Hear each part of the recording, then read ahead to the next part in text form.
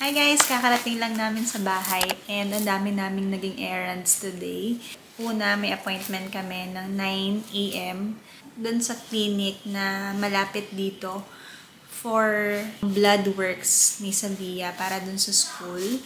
And then, ginawa din sa kanya yung TB test. Then sa Thursday, babalik ulit kami doon para basahin yung result. So, yun na lang kasi yung kulang ni Savia para maka-register na talaga siya sa school and maka-start na ng class. Hopefully, by Thursday, makuha na namin yung result and maipasa ko na sa school registrar para maka-enroll na siya. Guys, as in lumalamig na talaga ngayon dito. And hindi na kinakaya ng mga ganitong sweatshirt lang yung lamig sa labas. Nagpunta kami kanina sa Costco para bumili ng mga thermals. Naghahanap kami ng puffer jacket. Mura yata doon. So, nagpunta kami doon. Ito yung mga napamili namin. Tsaka konti na lang din kasi yung diaper ni Noe. Kaya, bumili na kami. So, let's make a mini haul ng mga nabili namin sa Costco. Ito yung una namin kinuha. So, this is the Kirkland diapers for 4 years old. 10 to 17 kilograms. $44 siya. Tapos, 198 pieces na. So, mura na siya compared dun sa ibang mga diapers na nandun. First time pa lang ni Noe ito gagamitin. So, ito try muna namin kung hiyang sa kanya. Bumili rin kami ng mga medyas. Ito sa akin to. Lucky brand. 6 pairs na siya. Super soft boot sock.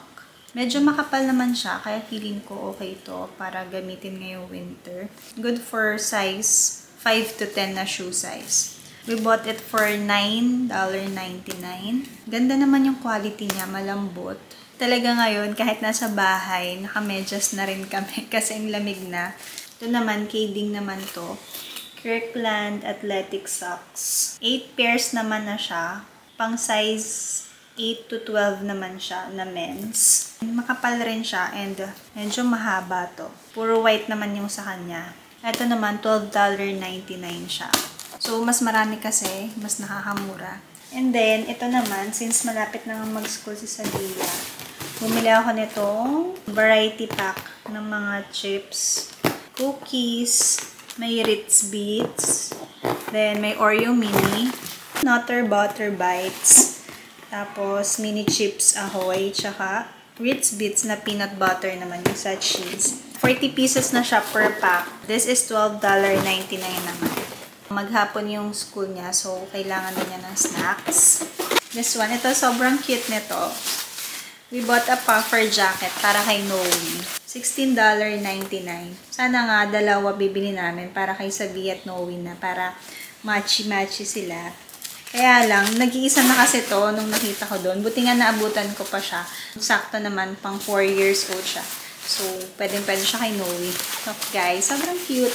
Disney princesses yung design. Tapos hooded siya. Ayan, ang cute ng color. Baby blue and baby pink. Tapos reversible siya.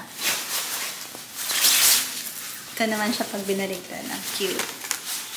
Parang yung loob niya is, hindi ko alam kung fleece ba yun. Fleece ba yung tawag dito sa fabric na to. Ayan. Meron parang Disney princess. Pero maliit lang. So, ito yung blue, baby blue, and baby pink. Ang cute. Diba? Buti nga naabutan ko pati. Ang cute talaga. Mura lang kasi nga sa Costco. Ang problema kasi doon, minsan wala ng sizes talaga. Usually, yung mga smaller sizes, wala na. Kung sa adult, laging nandun lang mga large, XL, ganyan. Wala na usually mga small and medium. So, ito yung nakita ko. Ito naman kay Savia. Spider yung brand niya. This one naman is $19.99. Pero ano siya, 3-piece set na siya. Puffer vest naman siya. Ang cute naman ang color niya, diba? Tapos may logo lang ng spider dito. Then sa loob, may kasama naman siya long sleeve. Meron ding leggings na color black. Sobrang cute din ito. Ayan siya pag suot niya. Cute, diba? Ito, madami itong stock doon. Madami pang sizes. And then, ito naman, last one na nakuha namin sa Costco. Sa akin naman, Hang Ten yung brand. Naalala nyo guys yung medyas? Naalala ko tuloy nung elementary ako, yung usong medyas Hang Ten. International brand pala yun. Ngayon ko lang nalaman. So, ito yung nakuha ko. Actually guys, ano to, hindi ko alam, black siya. Parang paparka yung style niya kasi meron siyang hinihilang tali dito sa loob. Nag-iisa na lang to na small na nakita ko doon. May mas maganda pang color doon, yung parang orange, yung color ng autumn, parang burnt orange. May light green din, ang ganda. Kaya lang wala nang sizes. Ito lang, black lang yung may size ko, small, pero medyo mahaba pa nga siya dito ko. Pero okay lang yun. Kasi gusto ko rin na itago ko yung kamay ko. Ayan siya, guys. Black siya, tapos yung color niya, fleece. Hindi ko alam kung fleece. Sorry guys, hindi ko alam kung fleece ba to. Pero I think fleece to kasi yung isa nga pala, flannel. Ayan, buttons siya. Tapos may pockets dito. Ayan, sa loob naman, may pocket din siya sa loob. Ayan, dito. Tapos, ayan nga, paparka siya. So, pwede mo siyang hilahin dyan para fit siya. Ganyan itsura niya, guys. Pag suot. Ayan. Yun yung nabili namin sa Costco. Hi! Dito ka, dito. Say My name is Savia and I'm the kid of Mommy. Look ka, dito. Look. Hi! Wait. Sit down ka dito. You know the star slippers that Mommy Hindi ko pa na siya show. Wait lang, mamaya show ko. Okay, mamaya yan. Sorry. After namin sa Costco, kumain muna kami. Kumain ulit kami sa Costco. Pizza, ice cream, hot dogs. Hot dog. Yeah, yung Pepperoni pizza. Yeah, pepperoni pizza and cheese pizza. Ayun, syempre, Anli yung drinks. Kumain muna kami doon kasi inabot na kami ng lunch. Then, nagpunta kami sa Menlo Park Mall ulit. Then, kasi doon may Uniqlo. Bala ko talagang bumili ng Heat Tech na leggings. Ito yung nabili ko sa Uniqlo.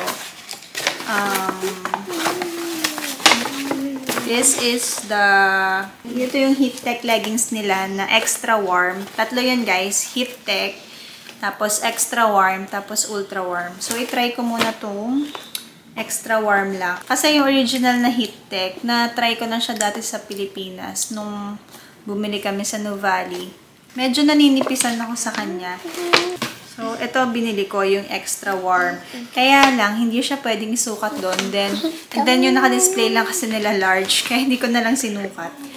Kinuha ko na lang tong small. Kasi small naman ako. So, sana magkasya siya sa akin. Hindi ko alam kung pwede kong i-return to kung hindi siya kasya. Nabili ko nga pala to for $24.90.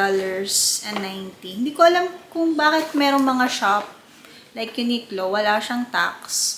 Or depende siguro. Hindi ko alam. Wala siyang tax eh. Tapos kanina yung binili namin sa Costco, wala rin tax. Hindi ko alam kung kailan sila nagkukuha ng tax. Enlighten nyo nga ako guys. Ayun. So, ito lang nabili ko sa Uniqlo. After naman no, nagpunta naman kami ng Burlington.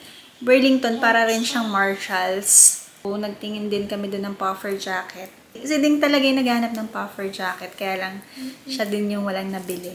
So, ang nabili namin, si Savia. Ito, stickers niya pang bahay. $4.99. Ang cute lang. Maganda naman yung quality niya, guys.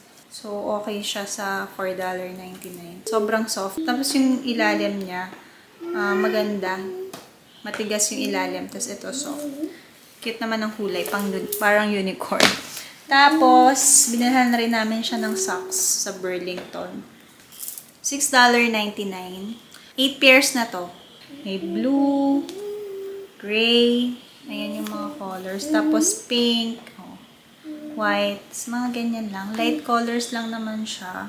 Tapos makapal na rin siya. Medyo manipis kasi yung mga dala namin galing sa Pilipinas. Tsaka maiigsi. Ito mahaba na. Para panglamigan na rin. And then last, itong puffer jacket naman ni Savia. Sobrang cute nito. Ayan. Minnie Mouse. Minnie Mouse siya. Tapos, parang ombre or rainbow yung color niya. Na blue, light pink. Yan. Ganun yung sa likod. Yan. Ganun yung color. Tapos, ang cute pa sa kanya, yung hood. May ears ni Minnie Mouse. Yan. Kaya sobrang cute talaga. Then, yung loob niya, fleece din. So, mainit siya. So, yun lang yung nabili namin doon sa Burlington. Si Ding kasi talaga gusto bumili ng puffer jacket. ang ending, lahat kami may nabiling jacket. Yung dalawa, nakabili ng puffer jacket. Ako, wala rin ako makita. Sa H&M may nakita ko, pero parang hindi ko masyadong gusto.